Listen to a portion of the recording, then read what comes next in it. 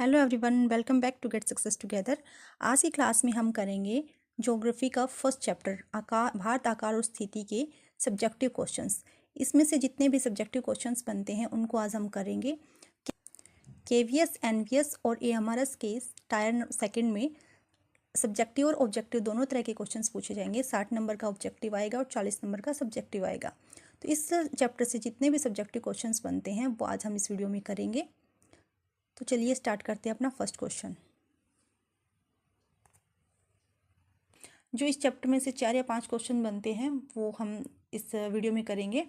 तो जो 4-5 क्वेश्चन है वो लगभग पूरे चैप्टर को कवर कर लेता है। इसके बाद इस चैप्टर में से कुछ भी पूछा जाएगा वो आप इजीली कर लोगे, चाहे ऑब्जेक्टिव पूछे चाहे सब्जेक्टिव पूछे। तो ये 4-5 क्वेश्चन है जो पूरे चैप्टर को कवर करता है, वो हम अब करेंगे। फर्स्ट क्वेश्चन है, भारत की भौगोलिक स्थिति का वर्णन कीजिए और इसके महत्व पर प्रकाश डालिए। तो सबसे पहले हम लिखेंगे इंट्रो या भूमिका। भारत एशिया महाद्वीप के पूर्व और पश्चिम के मध्य में स्थित है। भारतीय भूभाग एशिया महाद्वीप का दक्षिणी विस्तार है। हिंद महासागर जो कि पश्चिम में यूरोपीय देशों और पूर्वी एशियाई देशों को मिलाता है, भारत को केंद्रीय स्थिति प्रदान करता है। भारत की भौगोलिक स्थिति तथा इसके महत्व का वर्णन इस प्रकार है। सबसे पहले हम देखेंगे स्थिति को। भारत पूरी तरह से उत्तरी गोलार्ध में स्थित है। तो उत्तरी गोलार्ध जैसे कि यह है भूमध्य रेखा। भूमध्य रेखा पृथ्वी को 2 भागों में बांटती है। ऊपर का भाग कौन सा है? उत्तरी गोलार्ध, और नीचे का दक्षिणी गोलार्ध। तो भारत की स्थिति कहाँ है? उत्तरी गोलार्ध के अंदर है।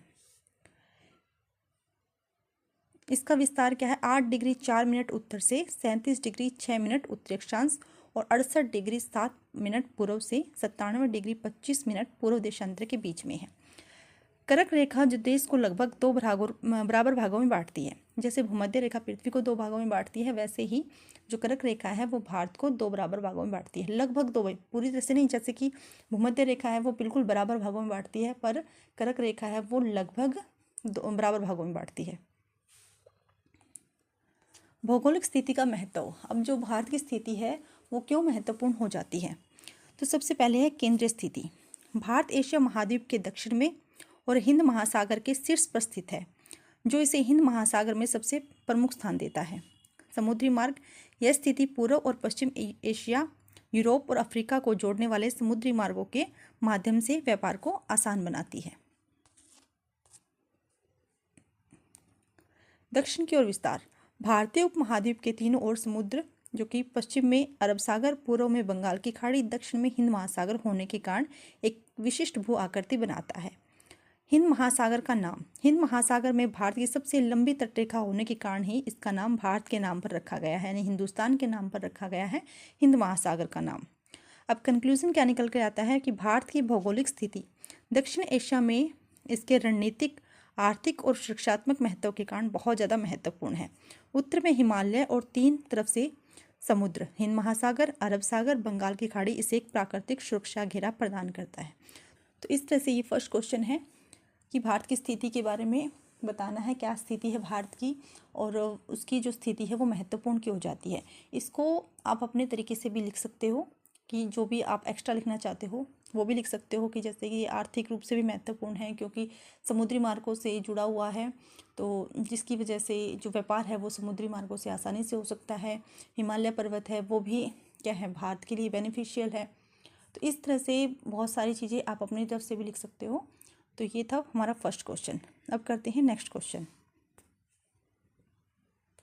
नेक्स्ट क्वेश्चन है, सूर्योदय अरुणाचल प्रदेश के पूर्वी भाग में गुजरात के पश्चिमी भाग की अपेक्षा 2 घंटे पहले क्यों होता है? भारत के मानक समय का क्या महत्व है? तो सबसे पहले हम देखेंगे कि भारत की मानक समय रेखा किसे कहते हैं। किसी देश या क्षेत्र के मध्य से एक देशांतर रेखा जिसके स्थानीय समय को पूरे देश के आधिकारिक समय माना जाता है, उसे मानक समय रेखा कहा जाता है। यह समय की विषमताओं को दूर करने के लिए पूरे देश में एक समान घड़ी रखने में मदद करती है, जो आमतौर पर 7.5 डिग्री या 15 डिग्री देशांतर की गुणज होती है। भारत की समय रेखा 82 डिग्री 30 मिनट पूर्वी देशांतर रेखा को मानक यामोत्तर माना गया है। यह रेखा उत्तर प्रदेश में मिर्जापुर के पास से होकर गुजरती है। यह कुल 5 राज्यों उत्तर प्रदेश, मध्य प्रदेश, छत्तीसगढ़, ओडिशा और आंध्र प्रदेश से होकर गुजरती है। भारत के अक्षांशीय विस्तार और देशांतरीय विस्तार से समय और जलवायु दोनों में अंतर आता है। तो अब कारण देखते हैं कि सूर्योदय जो अरुणाचल प्रदेश में है वो गुजरात से पहले कैसे होता है।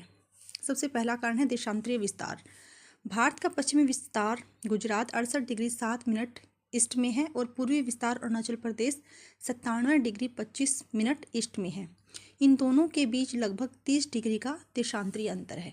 और देशांतरीय अंतर के कारण ही क्या है, इनके सूर्योदय और सूर्यास्त में समय का अंतर आता है। समय का अंतर, क्योंकि डिग्री देशांतर में 4 मिनट का अंतर होता है, यानी 1 डिग्री एक देशांतर से दूसरे देशांतर के बीच में अगर देखें तो वो एक जो अंतर है वो कितने का है, 4 डिग्री का है, 4 मिनट का है। 30 डिग्री का अंतर लगभग 2 घंटे का समय होता है, क्योंकि 30 गुणा 4 120 मिनट में कितने घंटे होते हैं, 2 घंटे होते हैं। तो इस तरह से जो अरुणाचल प्रदेश का जो सूर्योदय का समय है और गुजरात का जो सूर्योदय का समय है उसमें 2 घंटे का अंतर होता है। मानक यामोत्तर अरुणाचल प्रदेश में गुजरात की तुलना में 2 घंटे पहले सूर्योदय होता है, लेकिन पूरे देश में समय एक समान बना रहे इसके लिए 82 डिग्री 30 मिनट ईस्ट देशांतर रेखा को भारत का मानक यामोत्तर माना गया है, जो उत्तर प्रदेश में मिर्जापुर से गुजरती है। तो इसीलिए सूर्योदय प्रदेश के पूर्वी भाग में गुजरात के पश्चिमी भाग की अपेक्षा 2 घंटे पहले होता है, और इसका कारण क्या है, देशांतरीय विस्तार है।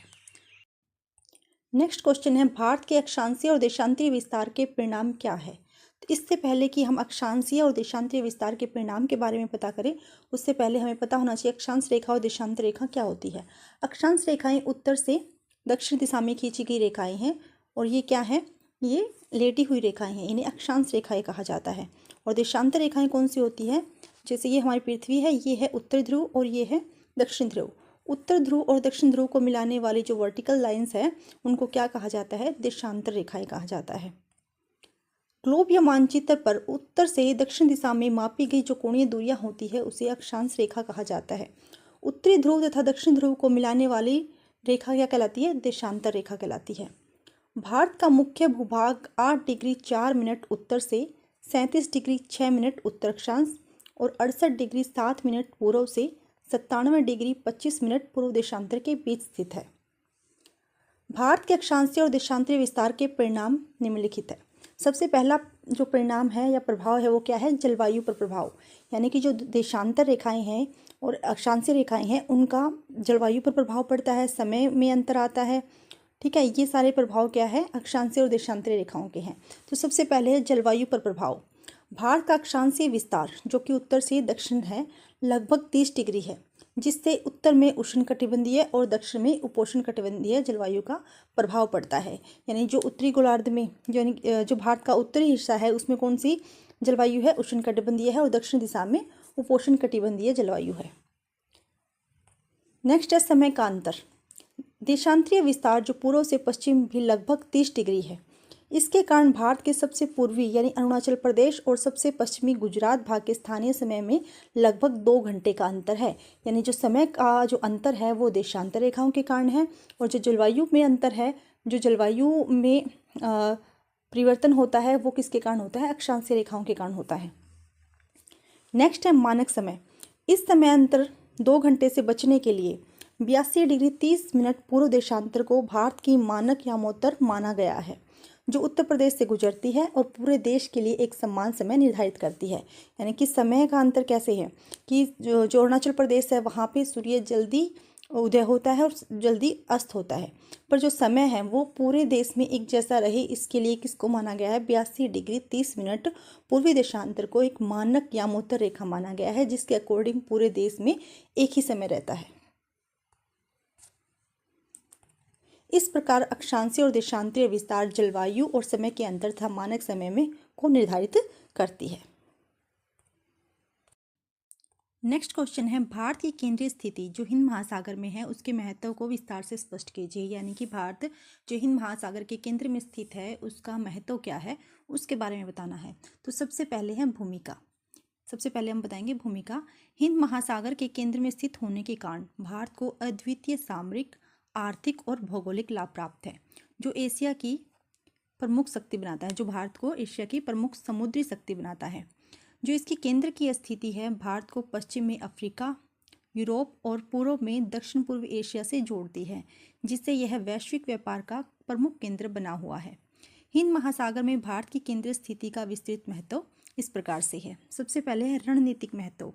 भारत दक्षिण एशिया के अंतर्गत हिंद महासागर के शीर्ष पर स्थित है, जो इसे पूरे क्षेत्र का केंद्र बनाता है।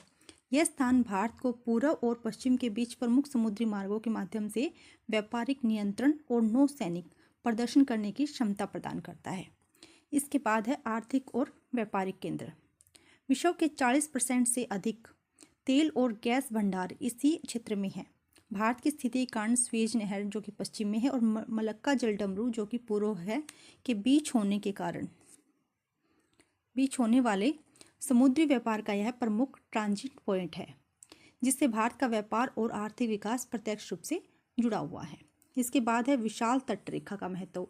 भारत की 7516.6 किलोमीटर लंबी तटीय रेखा के कारण इसके पास 13 बड़े और 200 से अधिक छोटे बंदरगाह हैं, जो अंतर्राष्ट्रीय व्यापार में महत्वपूर्ण भूमिका प्रदान करते हैं।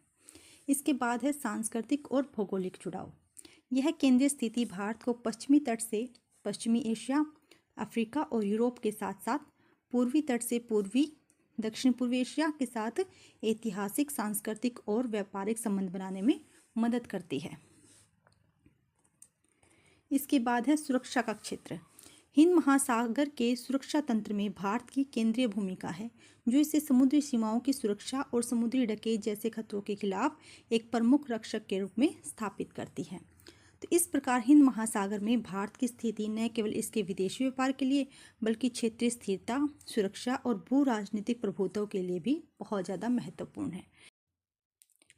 ये थे हमारे फर्स्ट चैप्टर से रिलेटेड क्वेश्चंस। इन क्वेश्चंस से लगभग पूरा चैप्टर कवर हो चुका है। अगर आपने ये क्वेश्चंस कर लिए हैं तो इस चैप्टर से रिलेटेड कोई भी सब्जेक्टिव क्वेश्चन पूछा जाता है तो आप इजीली अटैम्प्ट कर लोगे। नेक्स्ट वीडियो में हम करेंगे सेकंड चैप्टर को। पहले एनसीईआरटी में से चैप्टर करेंगे और उसके बाद सब्जेक्टिव क्वेश्चंस करेंगे। तो जुड़े रहिए गेट सक्सेस टुगेदर के साथ। तब तक के लिए जय हिंद, जय भारत।